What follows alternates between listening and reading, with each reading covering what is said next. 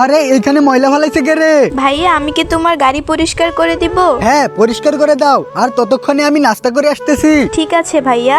আমার ভালোবাসা বাবা, আমার ভালোবাসা বাবা, কাজ করো কাজ করো, দেশের নাম উজ্জ্বল করো।